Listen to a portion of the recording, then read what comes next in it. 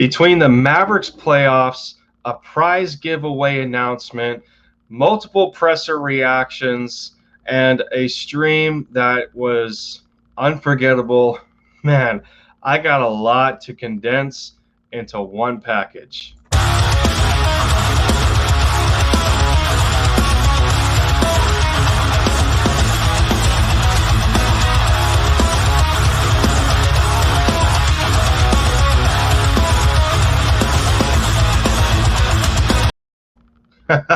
Yes, sir.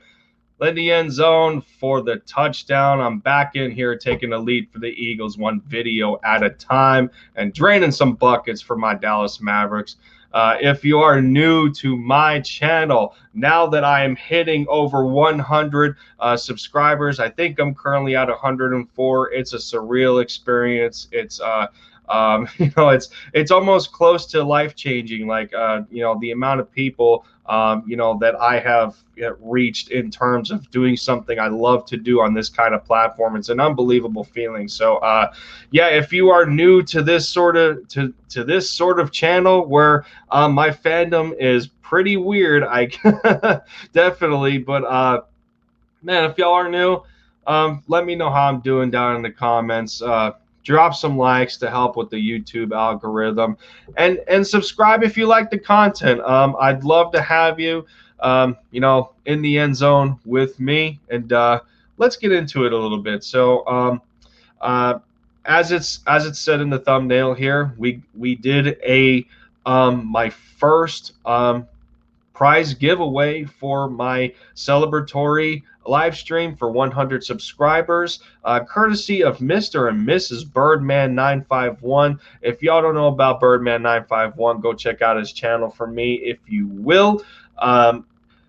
He and his wife had the courtesy to donate a prize to my celebratory live stream, in that being a custom Devontae Smith coffee mug, who was eventually won through a name wheel that considered about 28 different entries. So shout out to y'all for your participation in the chat and being on the live call-in panel. We had it looking like the Brady Bunch at one point, which was pretty friggin' cool, I'm not gonna lie. And it was very surreal. It was humbling, and a very awesome experience. But all in all, we did have a winner, and it was GamingWhizz. Shout out to you, man. Congratulations again. If you didn't see the conclusion of the stream, you won the mug. So do me a favor and shout me out,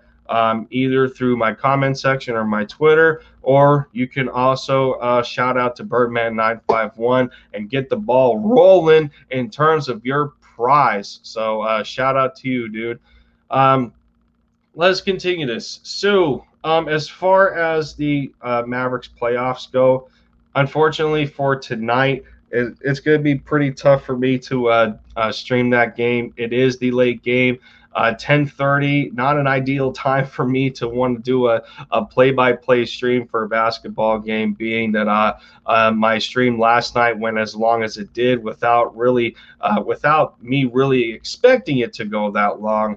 And I'd rather not go into work the next day with only about 3 to 4 hours of sleep. It's not ideal when it's a 10-hour shift. So I'm just gonna throw that out there. I mean, we still got to find somewhat of a balance between our our life's work and this YouTube thing. So I do apologize for that, but best believe I'll be able to do Game 3 and Game 4. They are 9:30 games, which occur on a Friday and Sunday. I'll definitely be down to do those too. So that is it for my Mavs. Now let's get on to the Eagles for a little bit. They're still going on with their OTAs and their voluntary camps and whatnot. And, we've seen quite a bit of players showing up, especially it was most noted to see some of the year 2 players on offense, especially with guys like Jalen Reagor and John Hightower and Quez Watkins. We've seen them there. Some were working out in their new numbers. Obviously, Jalen Hurts was there. Devontae Smith was there, the Slim Reaper. He was putting in work. He didn't drop a single football, and he is as advertised. There's no doubt about that. Um, the Eagles had 4 pressers today, which included 2 linebackers and Alex Singleton and T.J. Edwards, cornerback Avonte Maddox, and who's the 4th guy? Yes, Jalen Reagor. So obviously, since we're so early, into camp and OTAs and everything, we're not going to get much information until around late July when we're getting closer, to preseason games and training camp and whatnot. And we'll eventually get a better idea on what's going on both ends of the football. So. But there was a couple of tidbits from, I guess, each player that came on. The panel for the presser. Not too much. We did hear from Jalen Reagor in terms of how the coaching staff has I guess resonated with the players in a way that he's felt that it's been a very good thing so far, to where when he's told something. He's not told something and just like go out and do it. When he's coached something, there's reasons why, and he's given explanations, and it's very interactive in that regard, and that's one thing that sticks out to him, and that's one thing that sticks out to me. It should stick out to some of you guys, and just how well the coaching staff is doing so far, in really getting to know the players and their strengths and weaknesses, and that's all we can ask for, since it's been common theme so far that this is a coaching staff that's about using players to their strengths and putting them in the best positions possible. So it was good to hear that from Reagor. He also mentioned the idea that he's not going to primarily be outside as much as he was last year. You're also going to see him in the slot for a lot of snaps.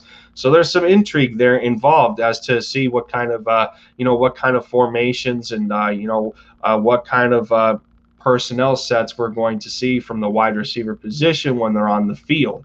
Alex Singleton and T.J. Edwards said similar things in regard, obviously, with them being both linebackers. They talked about new linebackers coach Nick Ross a little bit, and how the youth of the coach, what it does to impact the players and how it affects them and everything. And one thing Alex Singleton did say is that Nick is a little more relaxed compared to I think his name is Ken Flagel, who was the previous linebackers coach, who has had over 4 decades worth of experience, as Alex continued to explain, the difference. But it's cool to know that, sometimes age doesn't necessarily matter when you're trying to connect with players on a coaching level, and obviously experience is a massive merit in terms of the such, but at the same time, it's just about creating a comfort level with these guys, and and coaching them at the same time. So that was good to hear. TJ said similar things, and some of the media discussed and asked these guys, about how they feel like with their chances of making the roster and where they are in the depth chart. And obviously, these guys are going to go in with 200% confidence, and they're going to give it their all. And we know that by now. But one thing that's good to know is that this saying that the common theme is continuing to trend throughout some of these players in terms of talking about that positive energy that this new coaching staff is bringing, between Sirianni and Jonathan Gannon, and and guys of the such. So that was really good. That was really good to continue to hear.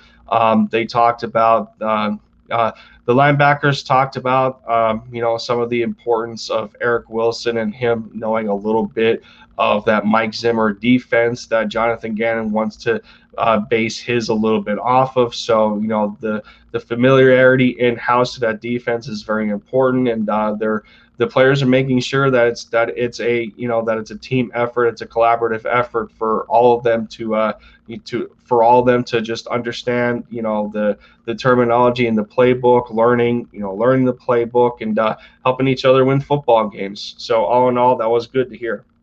Avante Maddox was about the same. He did talk about the situations with like the new cornerbacks coach and everything, and the impact that a guy like Jonathan Gannon has as a defensive coordinator, and his specialties and or his expertise, excuse me.